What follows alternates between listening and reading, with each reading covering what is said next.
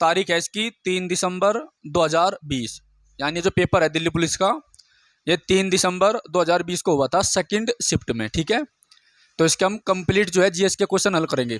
Okay, जो जो मैं बताऊंगा बेटा ध्यान से समझना, सुनो ना, चीज़ें आपकी रिकॉर्ड हो रही है, बाद में इसको घर बैठ कर आराम से देखना।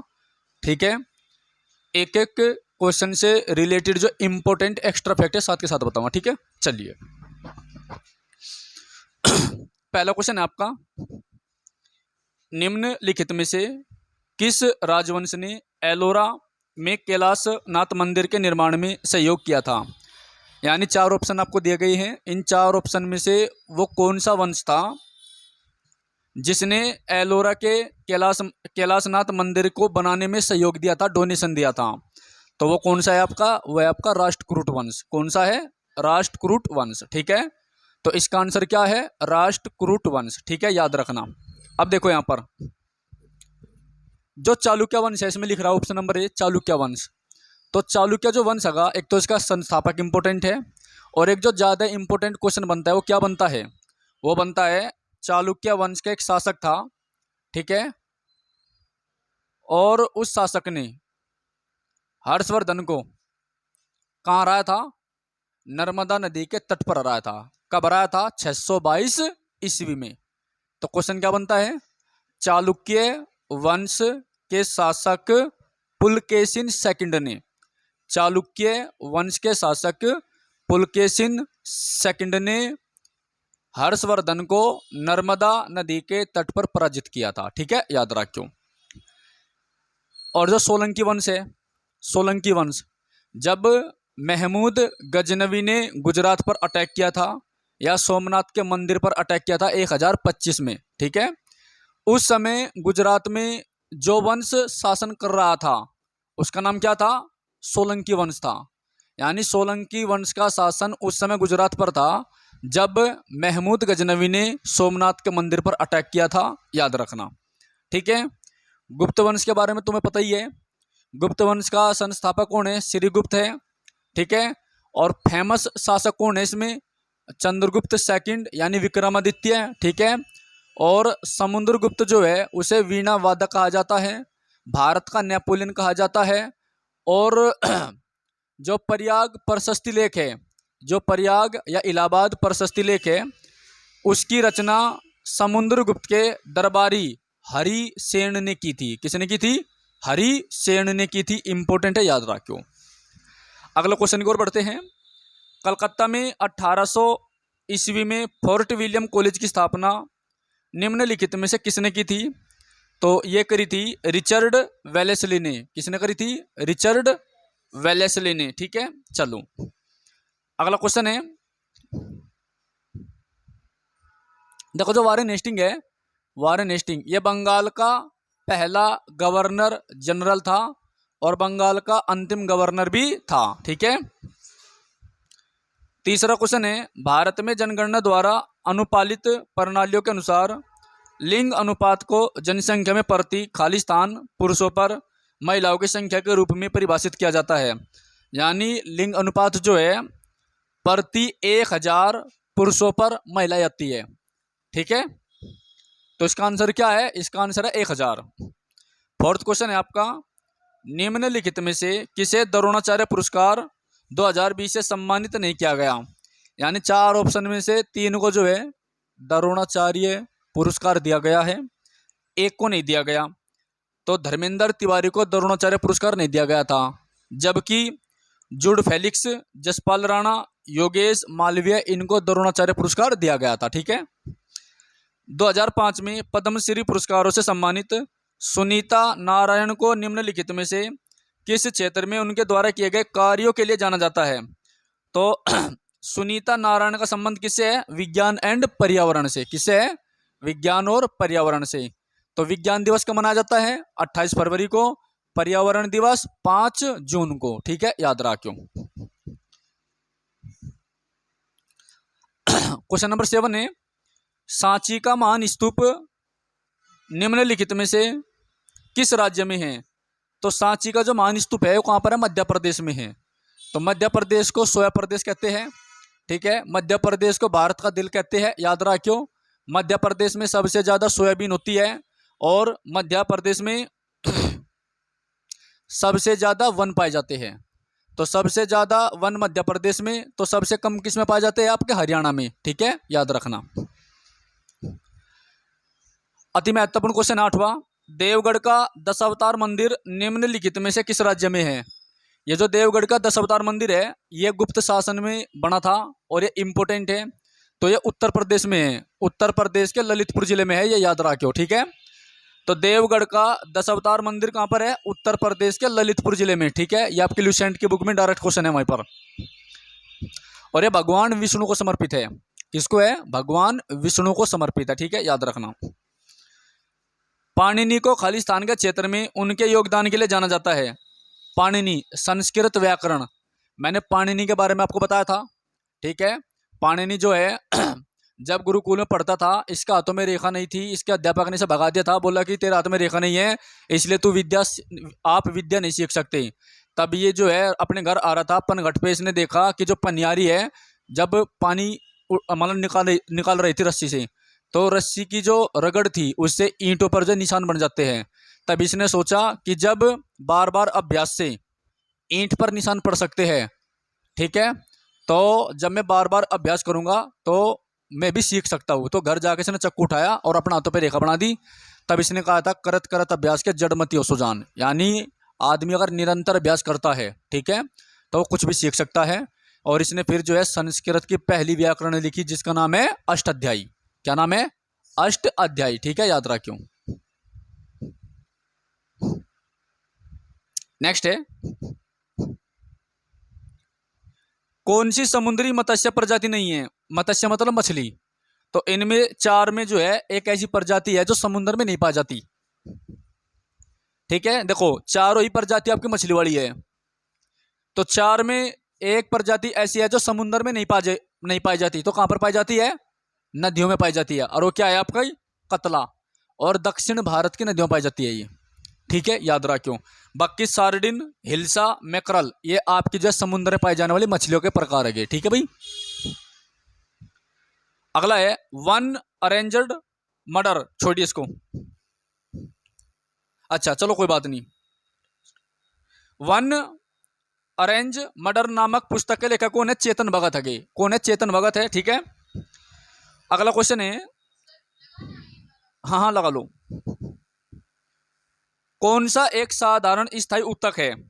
ठीक है, एक साधारण स्थायी उत्तक कौन सा है? उत्तक क्या होते हैं? अंग्रेजी में टिश्यू बोलते हैं। ठीक है, हमारे शरीर की सबसे छोटी फंक्शनल एंड स्ट्रक्चरल यूनिट को हम क्या बोलते हैं? सेल, मतलब कोशिका। ठीक है, और कोशिकाओं के समूह को a group of cell is known as tissue, यानी उत्तक कहते हैं। ठीक है, और उत्तकों के समूह को हम ऑर्गन कहते हैं। ऑर्गन यानी अंगों के समूह को हम ऑर्गन सिस्टम कहते हैं। ठीक है, याद रखियो। तो कौन सा उत्तक है ये आपका? पैरेनकाइमा। कौन सा है भाई? पैरेनकाइमा। ठीक है, चलिए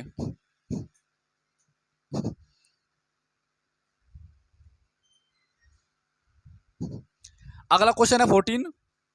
सांख्य प्रणाली की स्थापना का श्रेय किसको दिया जाता है? कपिल मुनि को।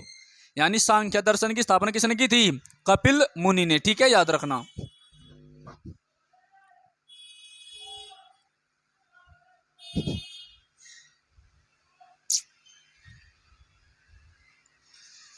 क्वेश्चन नंबर 16 इंपोर्टेंट है। भीतरगांव नामक स्थान पर एक गुप्तकालीन मंदिर है। भीतरगांव जो है एक स्थान का नाम है जहां पर एक गुप्त काल में बना हुआ मंदिर है। इस मंदिर को एक छत और एक ऊंचे शिखर वाला सबसे पुराना शेष टेराकोटा हिंदू मंदिर माना जाता है। यह निम्नलिखित में से किस स्थान पर है? तो यह उत्तर प्रदेश के कानपुर में है। ठीक है, स्टेटिक जीएस में मैंने मंदिर लगवा रखे और वहां पर भीतरगांव वाला मंदिर भी लगवा रखा। ठीक है, तो उत्तर प्रदेश के कानपुर जिले में पड़ता है भीतरगांव मंदिर। ठीक है, याद रखना। पारंपरिक दशावतार नाम की रंगमंच शैली किस क्षेत्र से संबंधित है? कोंकण क्षेत्र से, यानी ये साउथ की बात हो रही है। तो दशावतार नामक जो शैली है वो कहाँ की है? कोंकण क्षेत्र की। ठीक है, और कोंकण क्या होता है? कोंकण आपका जो है एक समुद्री तट का नाम भी है, कोंकण। ठीक है, याद रखना। नेक्स्ट है, राजीव गांधी खेल रत्न पुरस्कार से 2020 में किसको, अच्छा, राजीव गांधी खेल रत्न पुरस्कार 2020 से मनिका बत्रा को क्या किया गया, सम्मानित। तो जो मनिका बत्रा है ये किस खेल से संबंधित है, तो मनिका बत्रा जो है टेबल टेनिस से संबंधित है। किससे है, टेबल टेनिस से। ठीक है भाई, याद रखना। नेक्स्ट है,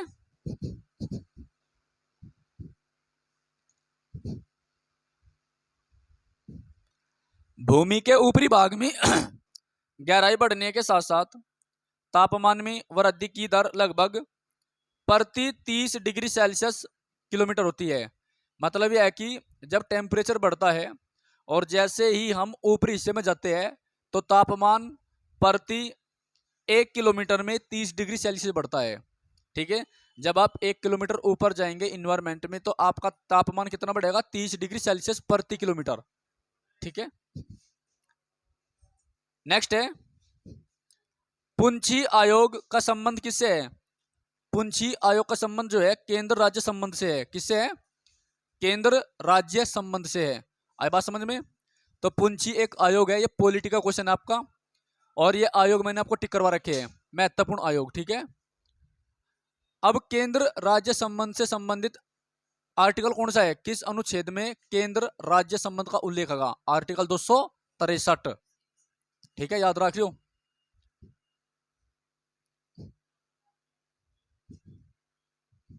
मौलिक अधिकार किस भाग में आते हैं, मौलिक अधिकार किस भाग में आते हैं, बताइए, भाग 3 में। ठीक है,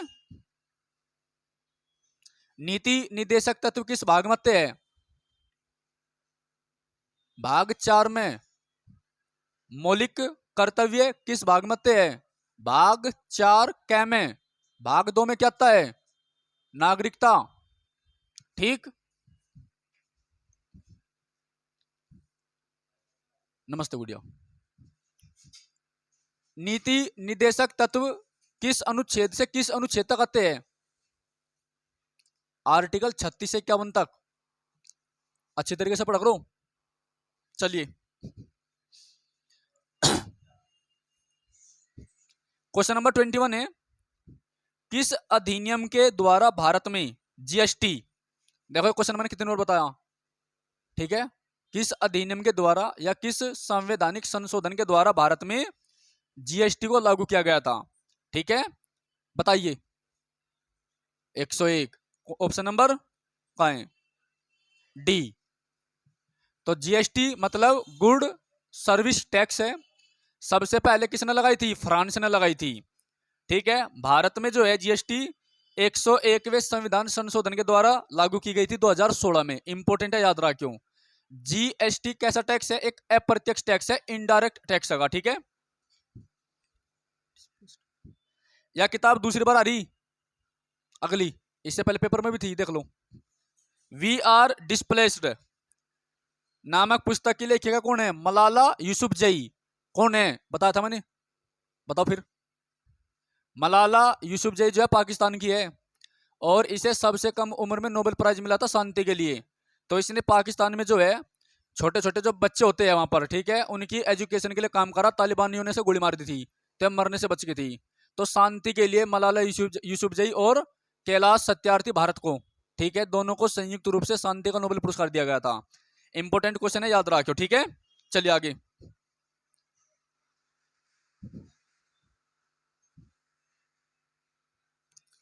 अगला क्वेश्चन काफी अच्छा है, 24।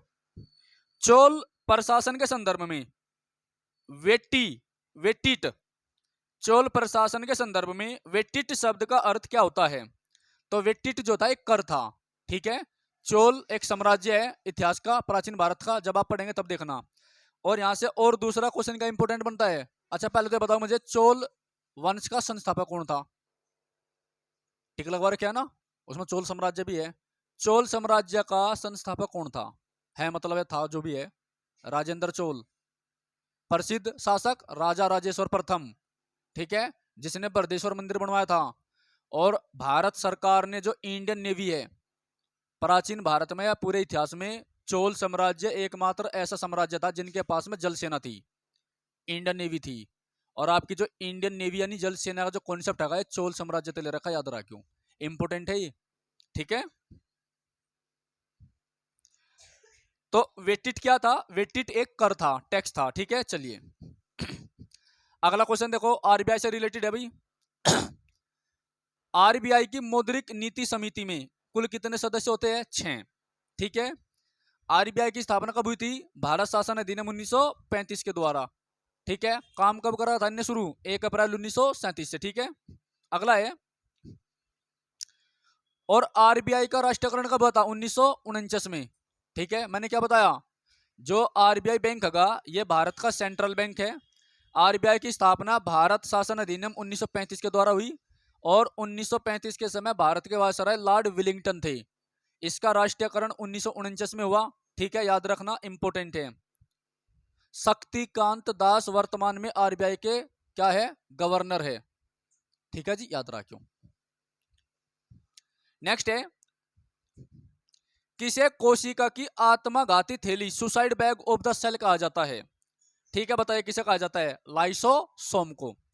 तो लाइसोसोम को जो है कोशिका की आत्मघाती थैली कहा जाता है, इंपोर्टेंट है, ठीक है। अभी मैंने कोशिका बताया था 2 मिनट पहले, क्या होती है कोशिका? हमारे शरीर की सबसे छोटी फंक्शनल एंड स्ट्रक्चरल यूनिट।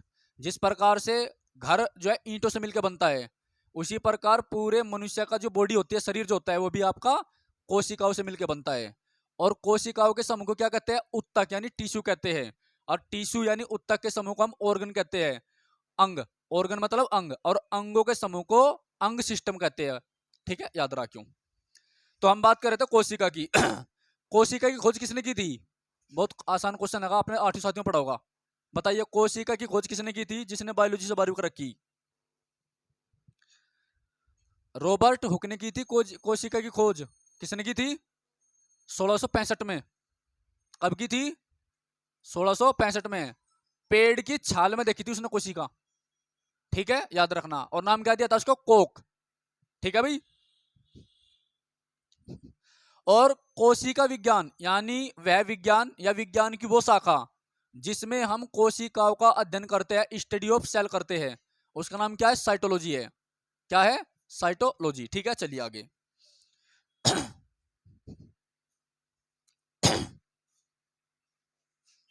नमस्ते।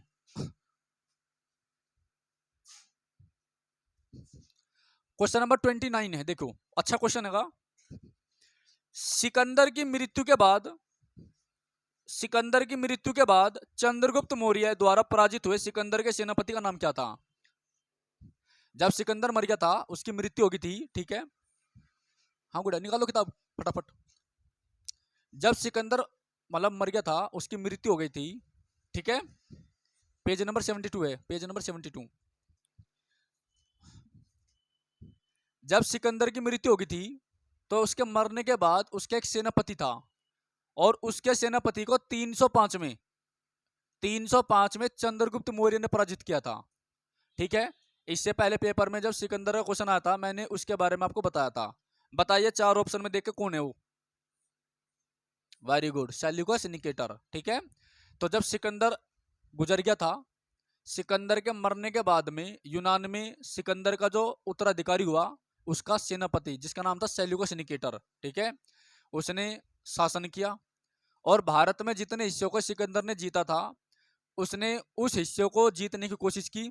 उस समय भारत में जो है चंद्रगुप्त मौर्य जो है शासन कर रहा था, और जो चंद्रगुप्त मौर्य था, इसने 305 में सेल्यूकस निकेटर को पराजित कर दिया था, ठीक है।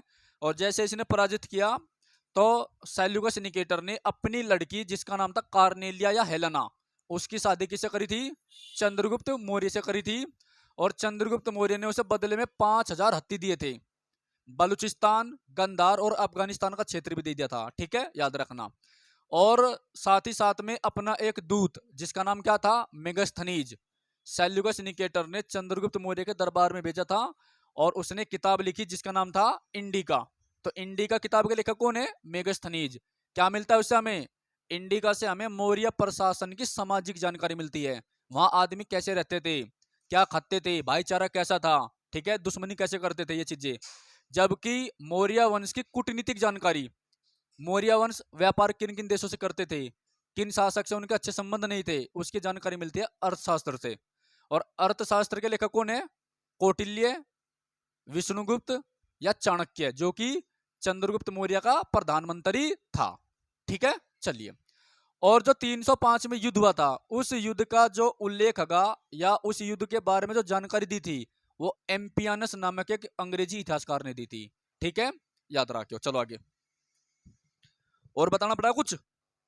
जो सिकंदर था, यह भारत में कितने महीने रहा था? 18 महीने रहा। उस समय पूरा भारत 28 राज्यों में बटा हुआ था।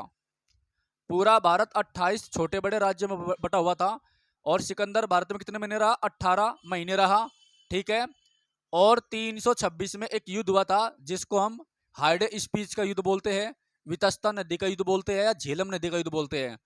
तो उस समय झेलम नदी को हाइडे स्पीच के और वितस्ता के नाम से जानते थे। ठीक है, याद रखियो। उसमें सिकंदर ने जब पोरस को पराजित कर दिया था। पोरस जो था पंजाब का शासक था, याद रखियो। ठीक है। 323 में बेबीलोन में सिकंदर की मृत्यु हो जाती है। और यह इतिहास का एकमात्र ऐसा शासक था जिसका जन्म अलग महाद्वीप में हुआ, मृत्यु अलग महाद्वीप में हुई, और दफनाया अलग महाद्वीप में गया। ठीक है, याद रखियो। चलो, और बहुत सारे क्वेश्चन बने यहां से, आगे चलो। नेक्स्ट है भाई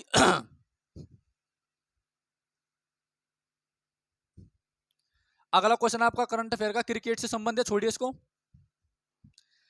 अगला क्वेश्चन देखो, 31वां इंपोर्टेंट है।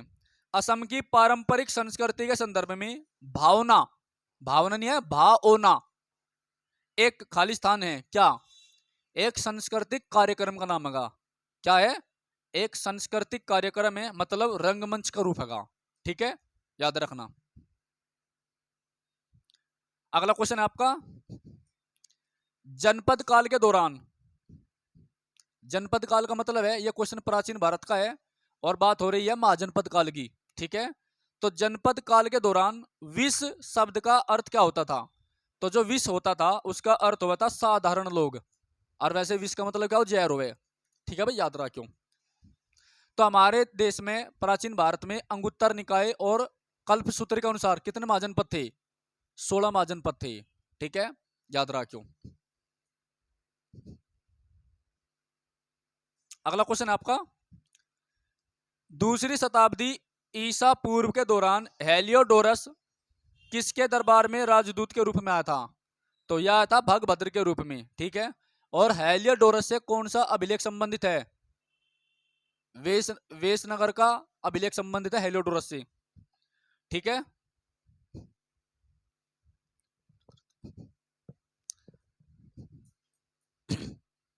चलिए आगे देखो। कौन कभी भी लोकसभा के सभापति नहीं रही? नहीं रही। चार ऑप्शन में तो प्रतिभा पाटिल आपका आंसर है। प्रतिभा पाटिल जो है, प्रतिभा देव सिंह पाटिल, ये भारत की पहली महिला राष्ट्रपति थी। ठीक है, याद रखना। और एपीजे अब्दुल कलाम और प्रतिभा पाटिल एक ही गांव के थे, ये भी याद रखियो। ठीक है,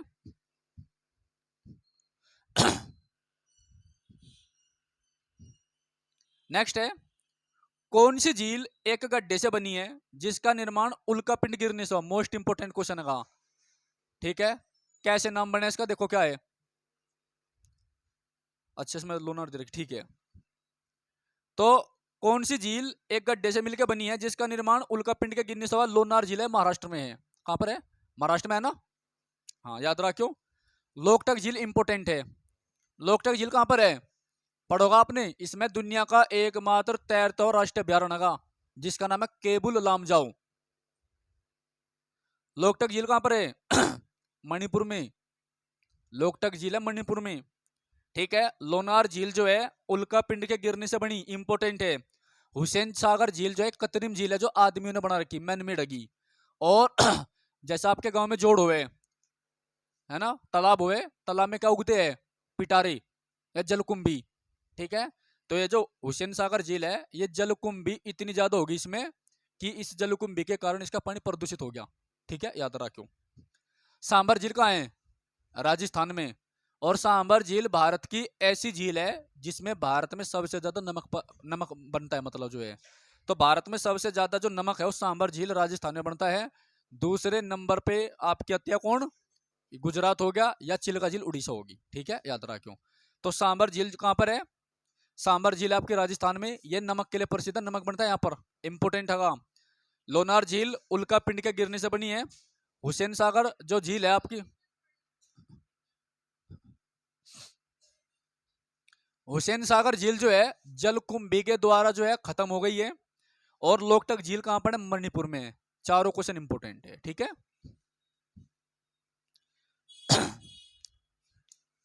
37वां क्वेश्चन,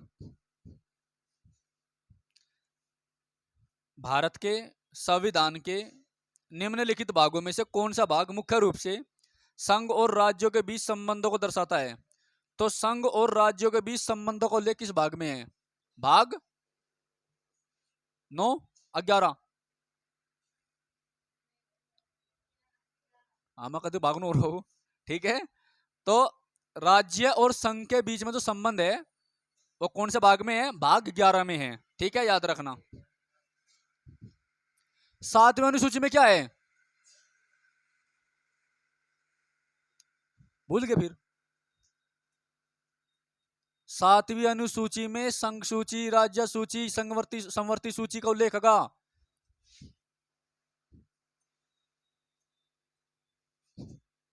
अगला क्वेश्चन बताइए, दूध की शुद्धता, दूध की शुद्धता किससे मापते हैं।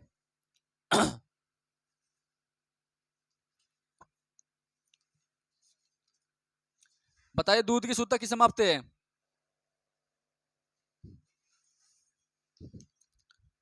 दूध की शुद्धता मापते हैं लैक्टोमीटर से। किससे मापते हैं, लैक्टोमीटर से। हाँ, डेयरी पे धर रहा है, अगर आप डेयरी पे गए आज पर, दूध की शुद्ध, अपने पास से पूछा क्वेश्चन मैंने, ठीक है ना। लैक्टोमीटर से दूध की शुद्धता मापते हैं, पता होना चाहिए। ठीक है, चलिए, अगर आप कभी डेयरी पे जाओगे तो देखना एक मशीन से धर रहा है, थोड़ा सा दूध लेके इतने से उसमें डिब्बे से मैं उसको लगा दी। ठीक है, वो आपका लैक्टोमीटर होता है। हाँ, अब क्वेश्चन पाओ, लैक्टोमीटर की कार्य प्रणाली किस पर आधारित है। तो ये आर्किमिडीज के सिद्धांत पर कार्य करता है। आर्किमिडीज के सिद्धांत के बारे में आपने कक्षा 10 में पढ़ा होगा, इंपोर्टेंट है ये। ठीक है, याद रखना। नेक्स्ट है, कौन सी झील श्रीहरिकोटा द्वीप द्वारा बंगाल की खाड़ी से अलग होती है, इंपोर्टेंट है। कौन सी होती है, वेरी गुड, पुलिकट झील। तो पुलिकट झील जो है ये श्रीहरिकोटा द्वीप द्वारा बंगाल की खाड़ी से अलग होती है।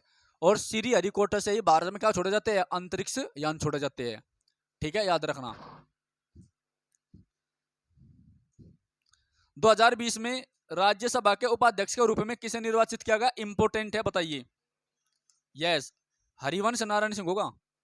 हाँ, ये क्वेश्चन इंपोर्टेंट है, अब भी आई।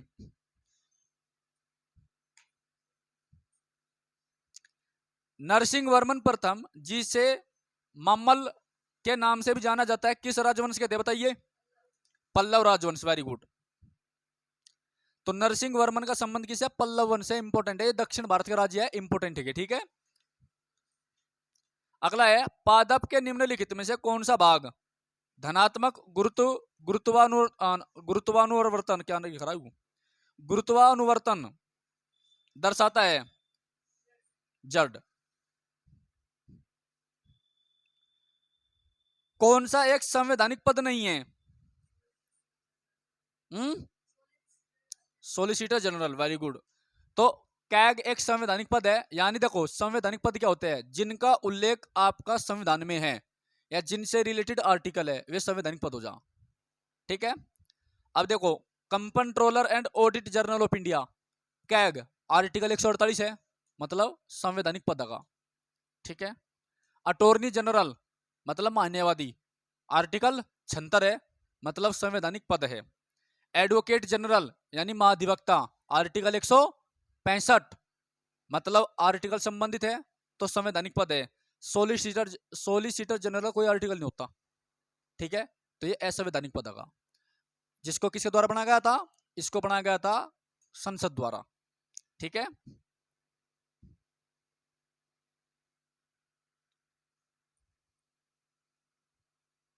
कौन सी जनगणना थी जिसमें पहले के मुकाबले में लिंग अनुपात में वृद्धि दर्ज की गई थी?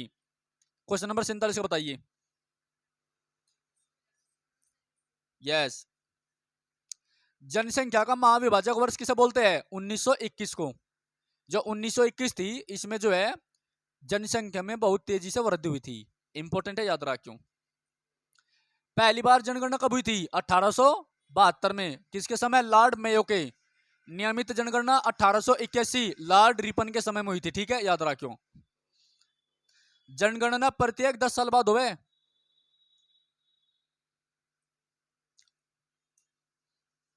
मैंने आपको ये टिक भी लगवा रखे। बेकिंग सोडा किस तत्व के साथ हरा रंग बनाता है? किसके? चाइना रोज के साथ। ठीक है जी। तो बेकिंग सोडा का फॉर्मूला, सब चीजें मैंने आपको लगवा रखी है, इंपॉर्टेंट है, याद रखियो। अगला है